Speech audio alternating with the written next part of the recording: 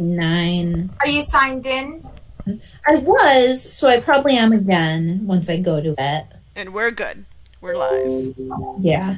Okay, I am in. All right. I'd like to call this meeting of the Policy and Governance Committee of the Albany Public Library to order. We have a pretty packed agenda, so we should get right to it. To begin with, if there are any members of the public who have comments at this time. Have not received any public comment. If anybody from the public would like to submit a public comment, you can do so by emailing publiccomment@albanypubliclibrary.org, and that is all one word, publiccomment@albanypubliclibrary.org. Your public comments will be read during this time of the meeting. Thank you. And for some reason, I am in yesterday's meeting and not today's, so I will figure out how to get to the Show as meeting. featured. If you click on featured. Oh, featured. Got it. I try to feature the current meetings. Got it. Thank you so much. Okay. And so next what we need to do is review. We have a number of policies that are up for review today. Hopefully, if they don't have major Bless you. Bless you. be able to get through those relatively quickly. Brigitte, I think this is your second P&G meeting, so just to kind of go over what we do, we have a schedule of how we review our policies and just make sure that they're up to date and make sense for our current environment and don't need any changes. And we always take a look at them, and then if they need major changes, we try to make those changes, and then we send it up to the full board to review. If they don't need major changes, we can kind of say, okay, this is okay to go for another year. So we begin with the employee safety policy. So if we want to take a look at that, obviously this is kind of an interesting policy this year. I remember looking at this when we reviewed it in 2017, I think. But if we want to just take a look at it and see if there's anything that is needed for revision, from our administrators, is there anything that kind of you think that we should be changing given a new world here? No, we kept this one very vague because it's a lot of the details are covered in other policies. Got it. Yeah, the pandemic kind of like overwrites everything at this time. Yeah. But it's just a general, like, we do take the safety of our employees very seriously. You know, any report of, it's employees are required to immediately report any unsafe conditions. We're not going to do any, retaliatory action should somebody say, hey, you guys are doing something wrong and it's against, this. Yep. And it's also, it's if you see the assistant director is responsible for the administration of this policy. Yep. I think that changed because I think initially when we had it, we said the responsibility of this policy is all employees because the intent is. So I don't know if we want to change that. That would be my only suggestion. Is the intent when we originally wrote this was that employee safety, while does lie on the organization to make a safe environment, it is up to all employees to help us create that safe environment. Okay, so does that have to be changed in this wording, or? So Melanie, I think there's a difference between responsibility and administration, and I think that's why it changed. Okay. And so it's just that, who is the person to, and I'm not sure why it was you. But I think there should be an individual in the administration placed with the responsibility of making sure all the processes. This is why. So the idea is the person who's in charge is the person to make sure that all the processes are in place for this policy to be enacted. I think you got the assistant director got listed because you sit on the safety committee, or you sat on the safety committee at the time. I still do. So there you go. Okay. That's Okay. fine. So if we're comfortable with this, I'm comfortable. I remember looking at this back in my early days as a trustee. I think it looks clean. I would be comfortable upping this policy. Is that something we vote on? Yes. Okay. So it's the way that it works is this this group votes to send it to the full board and then the full board. So essentially you're making the first motion. This committee would make the first motion and then somebody at the full meeting would second it. I see. Okay. So Brigitte, are you comfortable with this policy, or are there any changes that you might like to see? No, I think Melanie answered it that like you said, it's clean, and that everything else it's vague because of everything else is addressed in other policies regarding the COVID and what the procedure is for that. So I'm good with it. So given that, I'd like to make a motion to send this policy to, I have to make a motion to send this policy to the full board for approval. Yes. I think you have to. Yeah, I agree to send it to the full board. Yes, you second. All right, I'm going to vote yes. Oh, okay, we have to vote. Okay. Look at that, moving right along Yeah. to purchasing policy. Oh, please designate a final.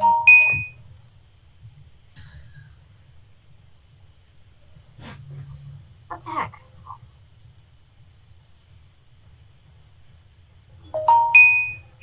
Hold on, I'm sorry. No, that's okay. It's kind of a new thing. There we go. I'm going to try to be really expedient so that we can get through as many policies as possible today. That's great.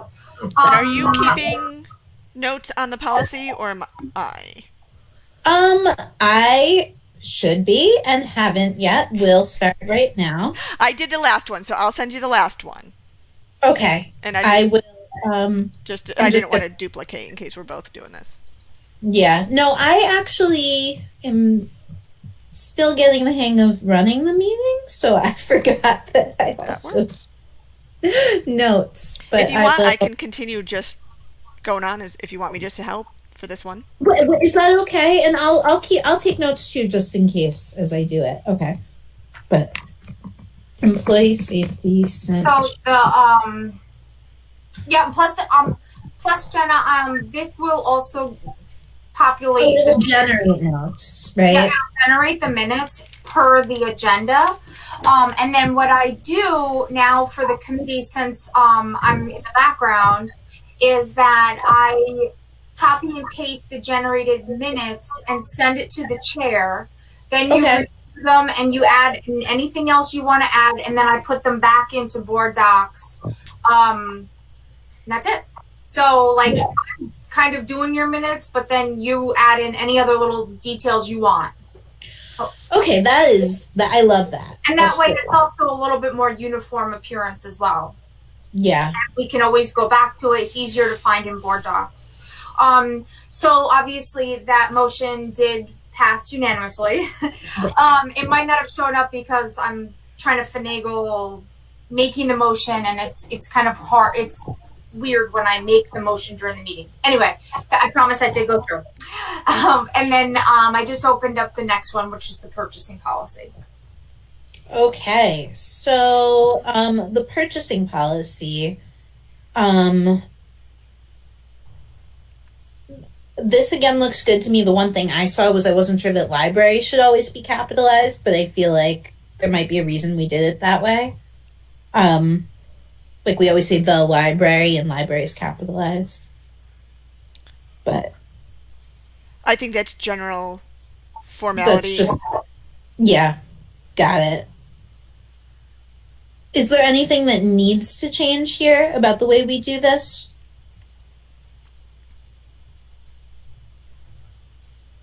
Did we want it? Was there consideration to change the thresholds?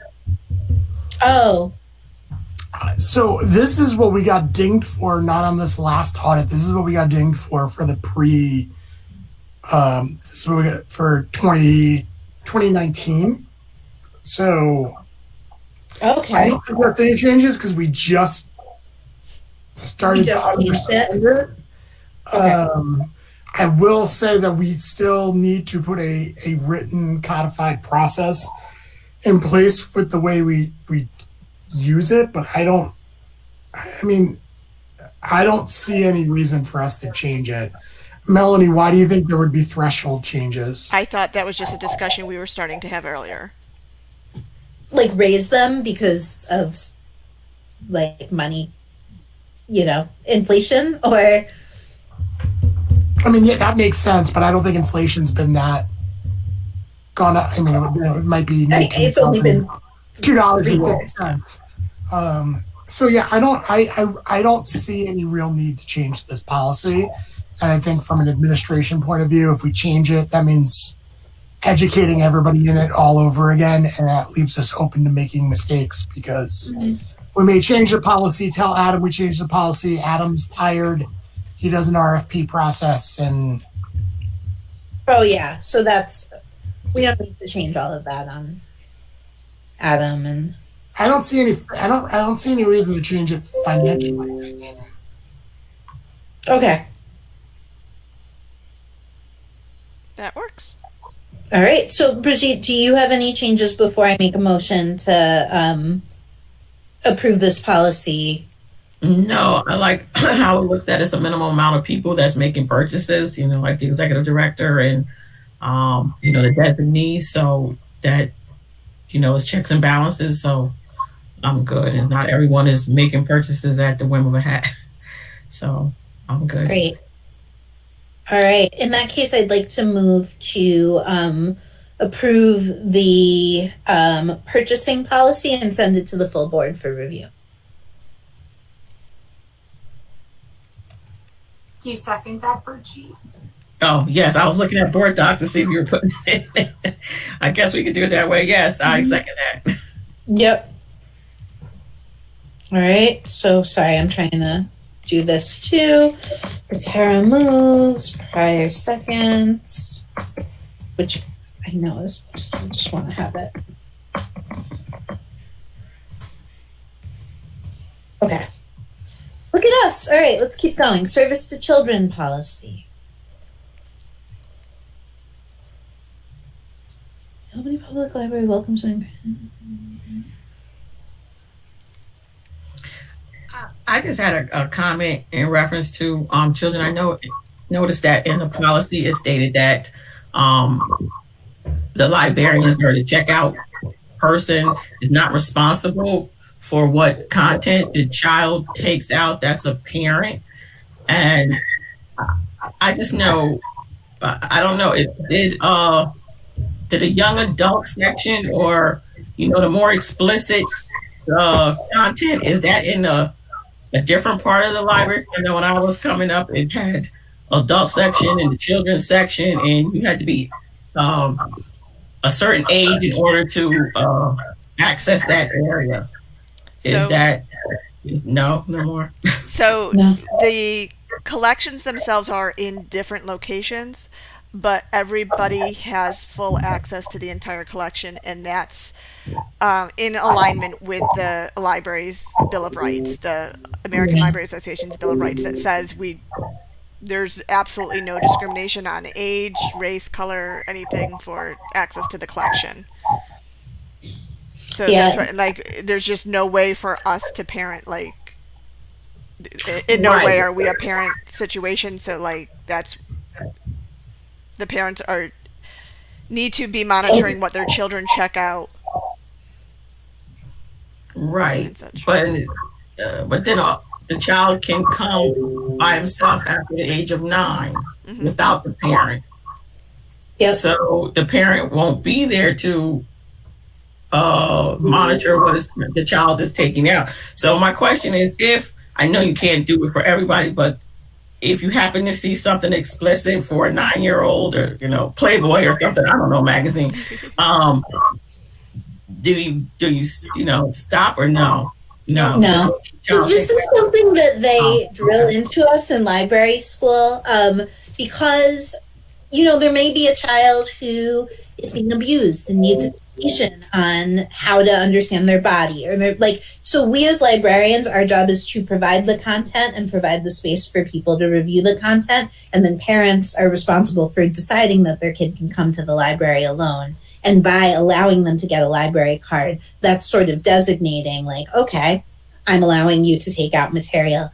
If the problem becomes it's a slippery slope, and I understand where you're coming from with this. I've definitely, I had a kid when I was in public libraries check out a graphic novel that was like a sexual memoir, and they got it from the adult graphic novel section. It was really not appropriate, and you can always do reader's advisory. Yes. But you can't say no, you're not allowed to check this out, because it puts too much, especially on circulation clerks. It's just too much responsibility. I agree. I didn't know, because I was going to the library at a young age myself, but it was designated areas that I could go, and it was especially when it was in the Bleecker, that you had upstairs and downstairs, and and then it even had like a roped off area. It was a red zone. Don't go in there, red light district. So, they put the fear of God, and you're like, what's up there? So you never went. And then when they moved to Washington Avenue, you had the young adult section off from where the checkout section is. And so when I got 13, I was like, oh, I'm in the young adult section. But okay, I understand fully the implications and the hard work it would take to monitor or whatever, but I just thought I would ask. Usually the conversation I've had is when parents come to me and they're like, oh my God, I noticed my child checked this out, and how could you let him? I turn it back on them. I'm like, oh my gosh, what a wonderful parent you are. You're taking the initiative to look at what your children are reading. Why don't you have the conversation with them? This is a great conversation starter to start, why did you feel the need to check this out? This is why I might feel it's inappropriate. Use that as a conversation starter with your child, and thank you for being that in tune parent looking at what your child is checking out. I've turned it around like that, and I've gotten more positive feedback by doing that. But I don't want to belabor the point. But I just had another, because it just brought up to my, you had mentioned the age appropriate or something. I'm just saying, for movies, are there XXX books like on the cover or anything like that to say under 17 movies or anything like that? No. We don't purchase that material. No. Okay. I'm in disagreement with that. If you read some of the urban fiction that we make available, oh yeah, the covers and the subject matter, and we have Annis Nin. Yeah. That's highly requested material. That's considered classic, but is right. Easy, I guess. I was just using myself as an example again, again going upstairs in the adult section of Bleecker, and I happened to get the Daddy was a numbers runner, or even the Donald Goines books, but after the first or second page, I knew that this was not a book for me at 9 years old. My little sensibilities were just too much. I didn't need to know about the crack, those sort of heroin then at that age. So I kindly took that right back. But at nine, that would have been the right book. That would have been the book. That would have been the section I went straight for, Brittany. You know what? If they roped off a bad. This is bad. And even as an adult, I did in that stack. So this is a conversation I've had a lot with parents about stuff like that, and what you said is perfect. That there is a level of trust that we have to provide our kids, because they do self-regulate. They do hey, this is the most you'll probably get from some of the kids is a little giggle, and then either they don't understand it to begin with, or they'll be like, no, I don't want to read this, and so there's a level that they self-regulate and self-censor, and which is good. I'll let Scott speak now, though, because he was. Richie, I would bring this up Sarah Dallas does a lot of work with the American Library Association, and this is something that's very near and dear to her. So I think it would be interesting if you at least bring this up, because I think she's going to explain the national. That's actually sending her into. Yeah. No, Sarah Dallas is on the Intellectual Freedom Committee. So but what I think it will do is Sarah's going to explain it probably better than, even though you're talking to three librarians, better than three librarians will explain it. She's going to, I think it'll address your concerns, and their concerns you and I both share, and why that we move in the direction that we move. Oh no, I understand censorship, and like you said, like we're starting to censor, what is out there, and like you said, it's a slippery slope. Like at what age do you cut it off? So I know, I fully understand. I just wanted to bring up. My oldest, his favorite book is Sisters. What's the graphic novel? And I have had teachers be like, "Are you sure you want him to read it?" And it's not. I don't have a problem with him reading it, but I don't. Right. I hate to think of someone taking this position so seriously that they turn a kid away from taking out The Watchmen because they're 10. Right. Even though that book could have a huge, tremendous positive impact on them. Right. Oh no, I understand. I was just because it was, kind of not vague, but you can come at 9 and we don't monitor what you take out, and so. Yeah, I think it's in there because we have had parents call us and complain. Mm-hmm. And this way there's a protection for the organization of, hey, this is the policy. We don't we don't do any of it because even a little bit of it's a slippery slope. Right. And then you would be, like I said, liable at some point. Yep. Something. So I know the implications. Thank you. And, we do allow patrons to challenge books. So it hasn't happened in years, but that's also part of the conversation that the staff can have with the patron. Okay, you're upset that your child took this book out. You obviously have an issue with this being in the collection. You do have this opportunity to challenge the book, and here's the paperwork to do it. Yeah. Thank you. Thank you for expressing that, though. I think it's a good conversation. Yeah, no, it is good.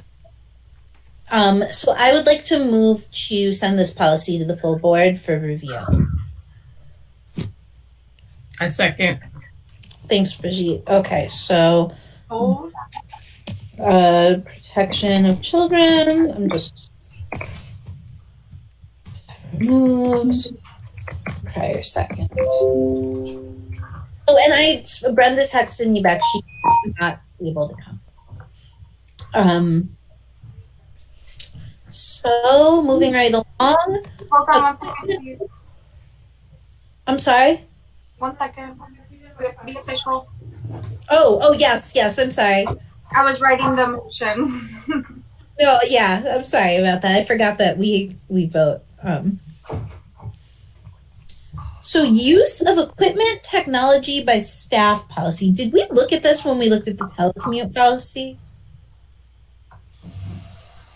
We did not, and in all honesty, I think something came up this week that made me refer back to it because I was like, ooh, do the two have to match? Yeah. I think, so the other, we had something that kind of was the antithesis of this policy come up. We had somebody who wanted to use their personal device to do something for work. So that would be the only thing I would feel that we might need to address is if the staff member chooses to use their own personal device to do work duties. Mm-hmm. We might have to, we can't support the device. We can't do technical support on it. Like if somebody uses their own device and it crashes, it's not our own, so we have to do something like that. But I think this actually covers everything on the flip side of our equipment even being used at home, how it would handle. It's sort of here in use of personally owned mobile devices. Personal use of mobile devices strongly discouraged. Yeah.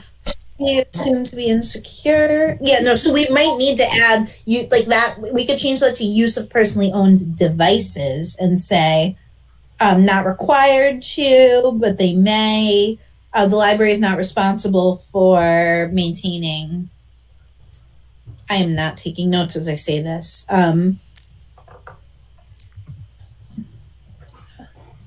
Something like, okay, so I'm just going to try to wordsmith it real quick. Okay, so use of personally owned, let's just take out mobile devices and say devices. Well, the library employees are not required to use personally owned technology to complete their daily duties. We understand that sometimes it happens. The library is not responsible for maintaining personal computer devices. All communication utilizing personally owned mobile devices or the library's Wi-Fi are subject to policy stated above and should be assumed to be unsecure. Personal use of mobile device. Is that enough if we just say the library is not responsible for maintaining personal devices?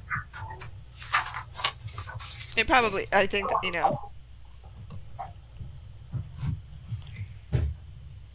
so the library is not responsible for maintaining personally owned technology, personally owned technology. Yep. And then all communication utilizing. Yep. Okay, so I'm going to send what I just wrote to you via email. Okay, I actually was able to change it. Yeah, on my side, and I'll send you guys all these updates to look at. And Perfect. Just so you guys see, I'm doing, when you see revised or review date, it is I put January 2021 because we'll have to approve it at the full board. Sorry, I apologize for the dog barking. But you have the edits that you guys just went over, correct? Yes. Because I just printed it and I was trying to follow along, but I'm doing as long as you guys have it. Okay. Okay, so I would like to move to the revised use of equipment and technology policy. Sorry. I just had a question. Sure. I'm sorry, Brigitte, I didn't even go into it. I had a question. You said it in the use of personal owned mobile devices. When is it sometimes that it happens that an employee would have to use their own technology? So the like perfect example right now that's happening is we have staff at home monitoring the virtual help desk, and they do that through email, and then we have Google Voice lines set up that they can answer phone calls, but sometimes they have to return a phone call to somebody. They do research and they have to return a phone call, and sometimes it's not when they're scheduled to monitor the phone line that we have set up. So somebody else is monitoring the line and they don't have access to it, and so the only way for them to answer a call or to return a phone call is to use their own personal device because they're at home. And should it be listed? Should it be more specific instead of saying sometimes it happens, or should it be like more concrete examples like you just gave me? I wouldn't do that because my other example for that is like my IT team. You might have to test it on your personal device. Sometimes they test things on personal devices, and also they also personally, when they're at home, they like their personal computer setups a lot better than the library own devices. So they're like, I can get, like, my computer at home is so much faster than what the library has provided, so I'm just going to log on using my computer. Mm-hmm. So we have both situations, so it's not just the mobile technology or the phones, it is like personal computers as well. So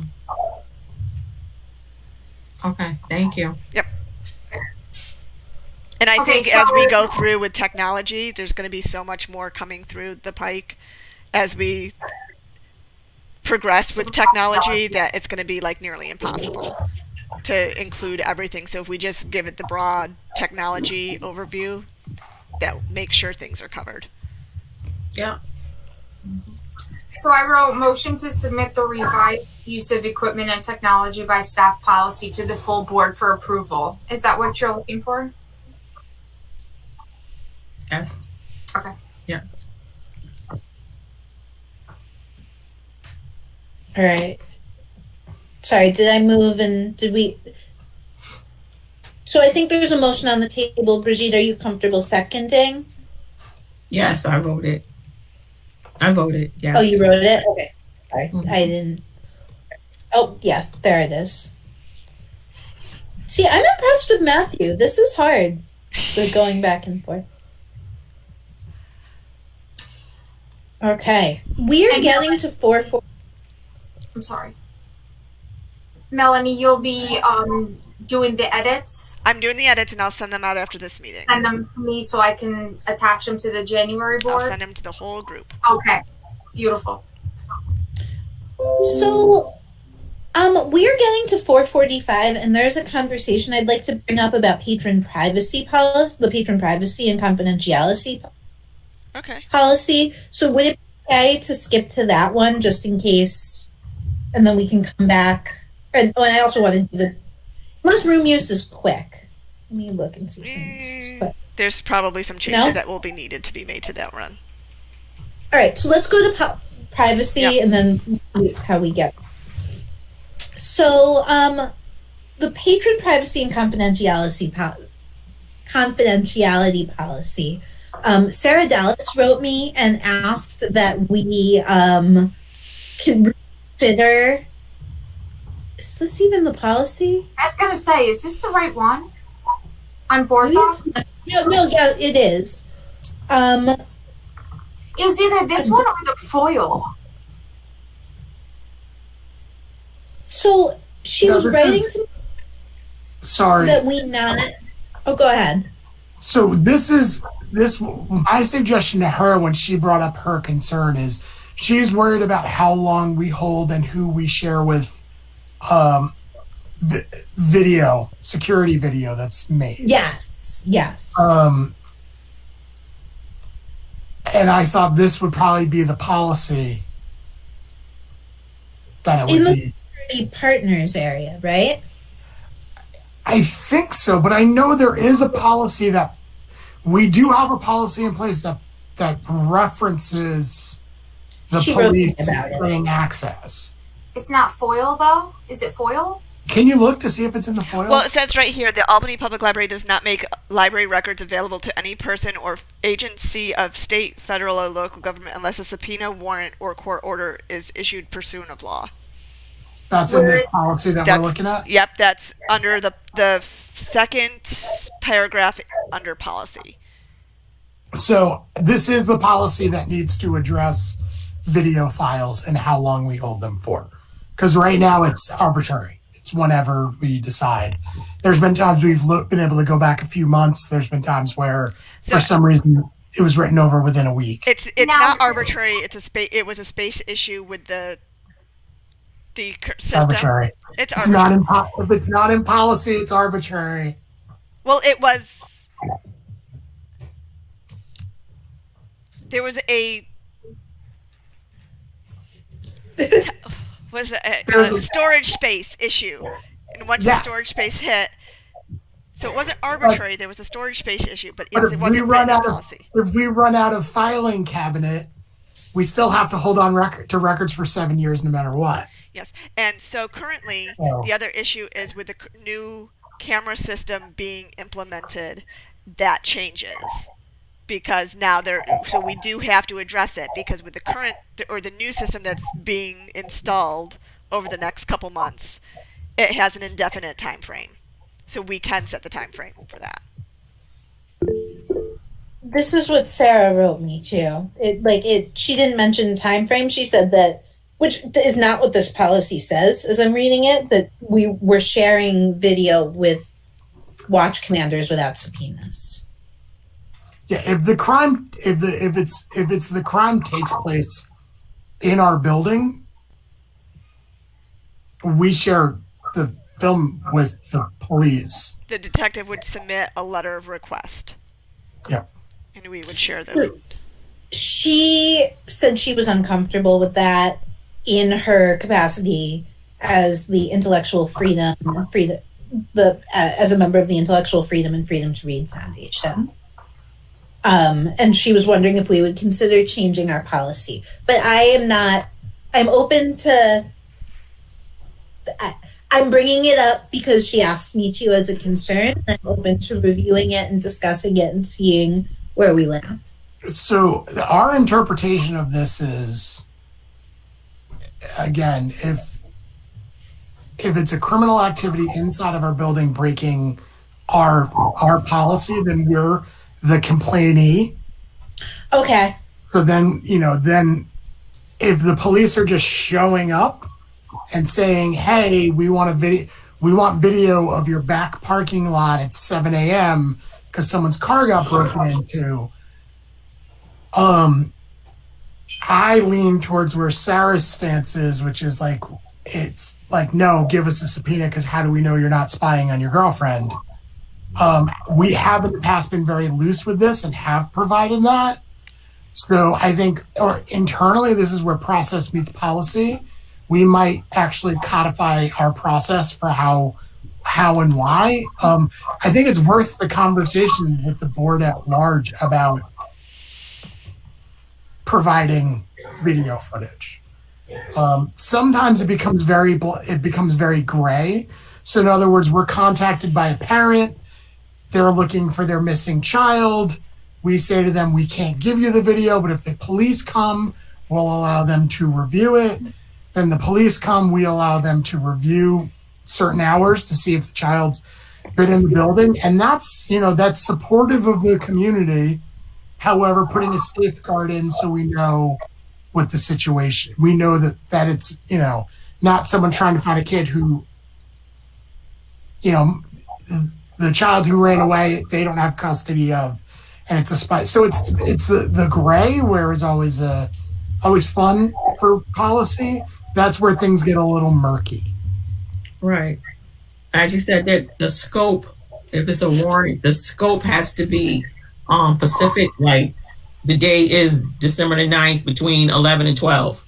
This is the footage that we want to see, not 3 and 4. Now we're going to sit there all day and watch it and then come across a crime that they weren't looking for. And they're like, oh, we got that person. But so the scope has to be specific. So when we've received letters, because we have it set up with the detective's office, and it's actually, I have it one specific person in the detective's office that I will accept letters from. And the letter states we need the exterior or interior camera at this building, at this location, from this time to this time, pursuant to a criminal act that happened on your facility.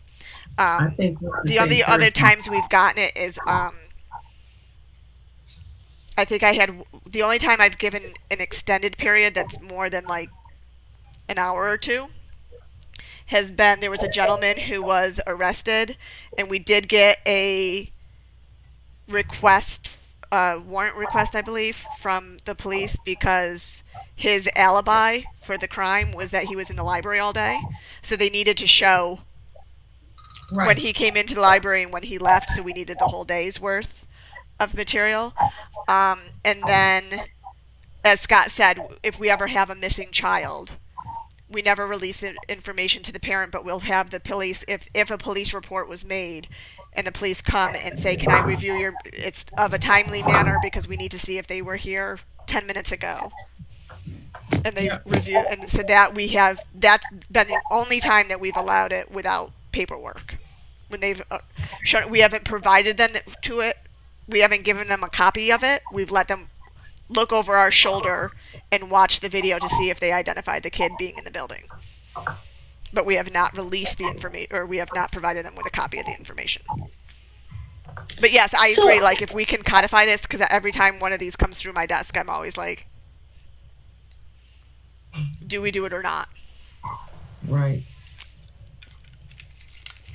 But I agree that more discussion and to bring it to the full board's attention, because it definitely needs more attention and discussion in regards to it. Like you said, you need clarification on what, so not to slip her into the gray area. So, Brigitte, do you want to move to send this to the board for further discussion? Yes. Okay, I'd like to second that. Okay. One moment. I don't like the policy itself looks pretty clean. I like to do the editing stuff. That's the easy part. I think we need an enter between, like a carriage return between statute and the executive director. You're our new Donna Dixon. Yes. I'd love to be called Donna Dixon. She's a... Brigitte, Donna Dixon was a former board member who was actually a copy editor by trade, so she'd always. Yeah. No, I remember her during the election process. Okay. Yeah. Yep. Okay. So yeah. Once upon a time, I was a copy editor. In another life. Okay. So that one. I opened up the voting. Okay. Thank you. Thank you. So I'm not going to touch that one since we'll just bring it. Yeah, we'll just send that to the board. I think this is a discussion that really merits having everyone.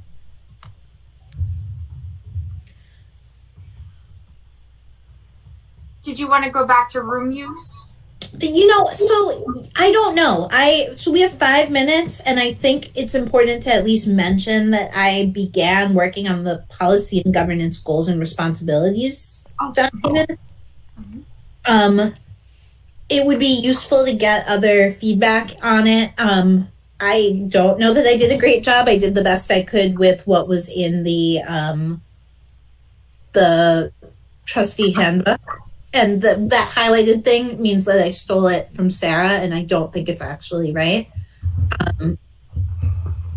But yeah, so I just wanted to mention this. I think this is something that can be done not in the meeting, but like at other times. But I wanted to say this is something that we as the committee have to do as trustees. It's not on the library staff, and so. Yeah, Brigitte, between you, me, and Brenda, we have to try to get these drafted and also consider what are our responsibilities. It's a good time to have a conversation. I think with P&G, it's pretty clear.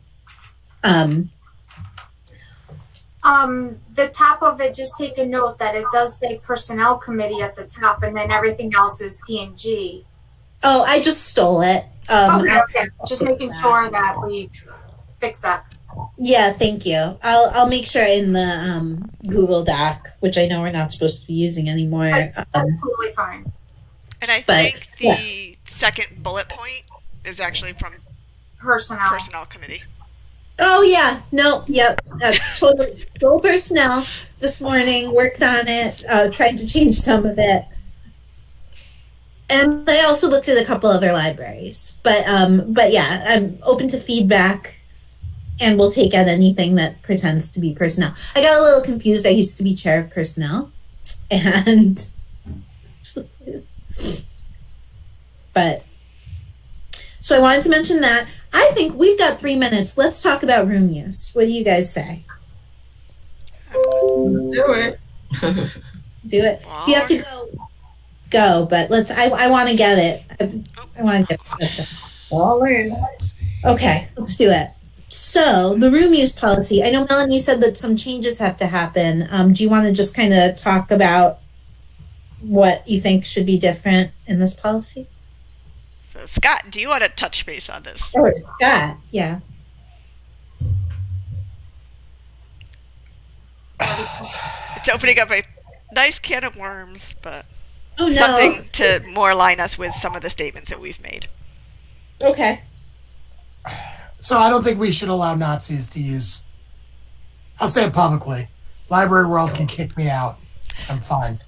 I don't believe Nazis should be allowed to use our meeting room space.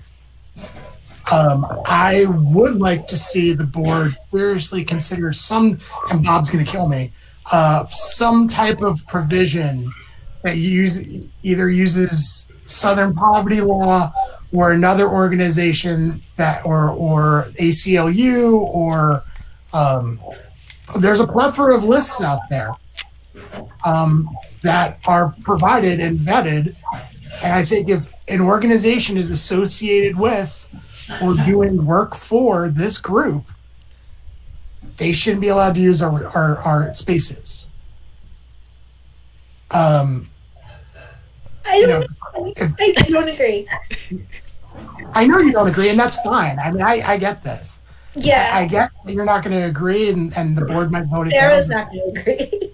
But I'm going to say, and Sarah knows this, but I'm going to say it. And I think the right thing to do would to ban these groups from using our space.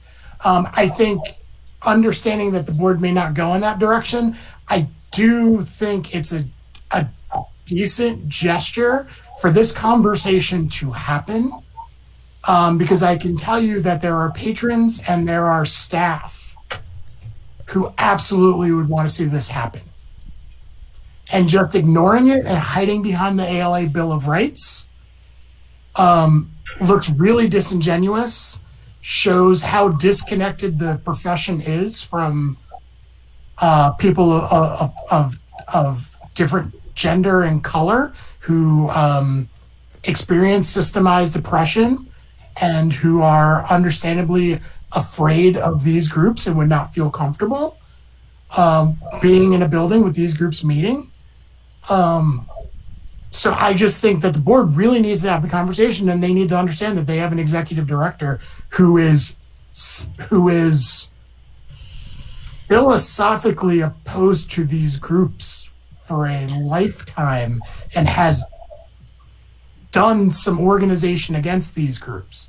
And I'm not going to hide behind the ALA Bill of Rights and say I'm comfortable with it. And I don't think it would be safe to say if the Proud Boys decided to have a meeting in our building, I may say no because I don't think it would be safe because we would need to bring in outside security. I would also say no because I wouldn't want them in my damn library. So I just want the board, I'm with you there. I think this is a discussion for the full board. I think where we draw the line is library resources, and that's what we hide behind rather than the Bill of Rights, which is, meetings that are we allowed. I want to talk about hate speech in the policy. There is a policy where we do prohibit hate speech, so we use that as to say, sorry, you can't meet, rather than the room use policy. But then it needs to But I see where Scott, I hear hate speech is you. somebody could say we're never going to use hate speech during our meeting, so we're not during the instance of the meeting not violating any of your policy, but they as a group philosophically promote hate speech, I think is the fine line we're walking. So, but you know where I'm going to go with this. If we start saying, I'm sorry, like this group is C group and that group is not, then we become the arbiters of morality in a place that's supposed to be a free exchange of ideas. But if we know these groups espouse ideas that are inaccurate and rewrite history inaccurately, should we be providing them the space to do that? If we are the information scientists of the community and our job is to make sure that accurate free-flowing information goes to the community, don't we have some type of responsibility to what's said in our spaces? So you're seeing it as information literacy instruction. I mean, I'm saying it that way because you know that it's a good argument. I mean, but then you would have another group that would come on and combat those ideals of truth and morality or whatever, opposed to what the Proud Boys are screwing or anything like that. I personally, I agree with you, and I definitely understand where you're coming from, but I do understand, I believe in the Constitution, and that's the only thing that separates us from everything else that's going on. So even though I may disagree what you say, I'm going to be damned if you can't say it, because freedom of speech and stuff like that. But I also understand when you say if you have to take resources in order they're going to cause a disruption. I think there should be some language that you should be able to put in that if they're going to, you can't call a fire in a crowded building. So I think it should be some language. But again, and I may be off base, but I don't understand how you can, going back to the children, how you can not monitor children's stuff, but then say you can't come into our building because you're going to say this and that. So I'm a full believer in freedom of speech. My only feeling is you can believe someone has the right to say whatever they want, but do you provide them the platform to espouse those, to say those things? But what a public good. All meetings must be free and open to the public, unless specifically approved by the library mission or administration. Well, I mean, they are. All of our meetings, they have to be open to the public. Right, so, unless we don't like what you're going to say. Yeah, so if the Boy Scouts are using our space to meet, they have to allow everybody in the space. Right. So, right. I super see where you're coming from, and I think it has to do with the kind of tenor of the community's conversations right now, right? And the safety of library patrons. And I think it's a good conversation to have. And staff as well. So, yeah. And staff. If disruption, then no. I just feel like I think we're providing a platform. We're providing a platform. But I see it as a utility. We're a public space. So, if we... And we're gonna give a platform to a group that would love to see us close down. Their tax dollars paying it too. Their tax dollars paying for it too. I love the irony of that. Yeah. I've always thought that too. I think if the last 6 to 12 months has taught me anything, it's we live in a world of contradictions. Look, we live in a world of contradictions. We live in a matrix right now where the president is still the president, but he's not the president. I mean, it's just crazy. So, well, yeah, but how much longer do we provide a platform for people who are wrong? We've been doing it since the Library of Alexandria, Scott. And it has bothered the hell out of me this entire time. So I want to have this conversation at the full board, and so I'd like to move to send this to the full board for discussion.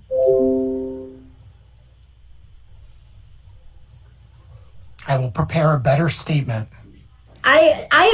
You know what? You came close. You almost had me at angle. So if you want to keep working on that, I'm willing. What was the angle that worked? The information literacy angle. Okay. That's responsibility, and so we don't want to be seen as sponsoring information that is inaccurate. But we also can't be fact checkers for every group that meets in our library. I will have this argument. No, but if there are established organizations that are out there that literally are putting groups as hate speech, which to me is factually, if you promote racism, any of those things, that's factual. It's all bad science. It's all based in bad science. Yes. If the ACLU or whatever organization, Southern Poverty Law, says this specific group espouses this incorrect information, isn't it our responsibility to then say, hey, you can go to the park and say whatever you want, but we're not going to give you the platform and the resources for you to promote this incorrect information? If in your just immense amount of time that you have, can find a policy like I don't think there is one. Library? I don't think there is one. I don't think any library is Bob's going to tell us not to do this because someone will call me the next day and say, hey, the white Aryan resistance wants to meet in your library. And the reason they're going to do it is because then they're going to want to sue. Yeah. Library touches it because nobody wants to fight with the ALA except for me. No. Maybe Melanie once in a while. Can I ask a Several question? Has this come up before? Groups that promoted hate and using the library space? We Yes. had someone who from that was showing QAnon films in our study rooms. I mean, at Arbor Hill was one situation. Oh, okay. So yeah, I'm sure it has happened. I'm sure it's happened under, circumstances that we didn't know about.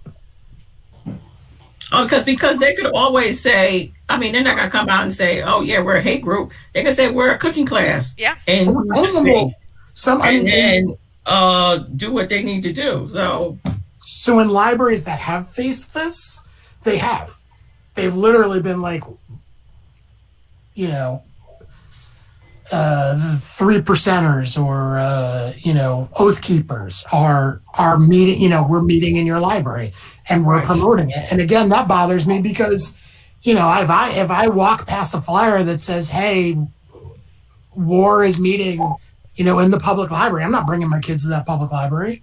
Right. I don't want my kids anywhere near those people. Well, But I think Brigitte. It's definitely a conversation. Yeah. Point is, there might be a group that promotes themselves as, we have groups who promote themselves as being Betty Crocker. Yeah, they promote themselves as a nonprofit, and then all of a sudden it's a multi-layer marketing. Yeah. I think it's a much more likely scenario. Yeah, but those things happen. But when we find out, we then go, "You broke the broom policy. You can't use the space." Here, it's like, yeah, someone could lie and say it's a cooking group, and then all of a sudden we find out it's, not a cooking group, and it's a heavily charged, a group that's doing recruitment for one of these hate groups.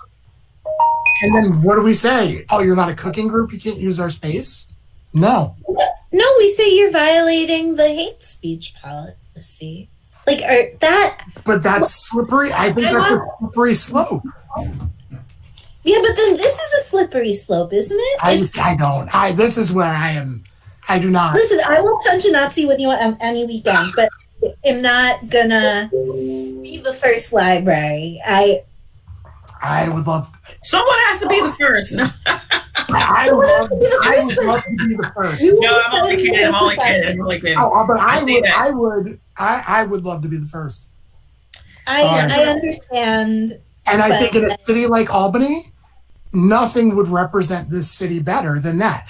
Would I suggest this when I was in Pauling? Probably not. Because I wouldn't want to get shot at by my neighbors. But I still love Pauling though. Living in the city that we live in, and we're supposed to be reflective of the community we serve. I don't think allowing groups that could meet in our space to meet in our space is reflective of the community we serve. Every aspect. I mean, maybe there's a few. I don't relish trying to wordsmith that either. If it's easy, it's not worth doing. I'm excited to have this conversation, especially between you and Sarah Dallas. I think we should send it to the full board, and I'm happy to vote to do that. I opened up the voting. Yep. We don't need an executive session as far as I can tell. So I'd like to move to adjourn this meeting. I look forward to our January meeting when we talk about these important issues. I second. Yeah, thank you. All right. And I just have to find the tab where I vote, and then I will. Okay. Very nice to see everybody. If I don't see you, I hope you have very happy holidays and stay safe, and we'll keep it up. Thank you, Scott. It gives me something to think about over the week. Good. You look crazy. No, it's exciting. I mean, that's a conversation. That's something to think about, especially in the climate that we live. So, yeah, that's thought provoking. Good. It's thought provoking. It's provoking. No, but I mean, I don't have anything. I don't provoke is not outside. I know where he draws. I mean, it's nice for me because I'm getting to know people and how they think and where he draws the line in the sand. Yeah, that's a pretty strong line in the sand for me. Right. So you'll learn the things that are big for me very quickly. I'm sorry about the barking in the background again. Dog. But That's okay. just Don't worry. I think one of the things we also have to change is we're thinking about doing a change to the study rooms. Just putting it out there, just so you have some of the other ideas of what we have. We might allow them to be booked ahead of time in the reservation system. And then I think there was something else. Is it a cleaning policy too? I read like with the rooms, like we've only in the 7 years I've been here, we've attempted to charge the cleaning fee once, and then the people argued it, even though they cooked fish and left fish and the I mean, in reference to COVID, like that might be something that we have to in the room and everything like that. So yeah, that might be something that we have to start considering. Right. If we get back to whatever. All right. So there was a couple things that like we've just in practice we've kind of modified things slightly, like not horribly, but technically it is going against the policy because we're like, we'll allow people to use the rooms less than 24 hours in advance. I think that's the big thing. I think we said you have to book the room 24 hours in advance, and we want to get away from that. If the room's available, we'll let you have it. Is one just of the throw things. some Lysol in there. Just spray it down. Yep. So that's two things that we just want to being humane right now. Yeah. I mean, this one we have time to work on because nobody's using our rooms for several months, so we can revisit this later. Yeah. So, Melanie, you're going to... All right, thank you very much, everybody.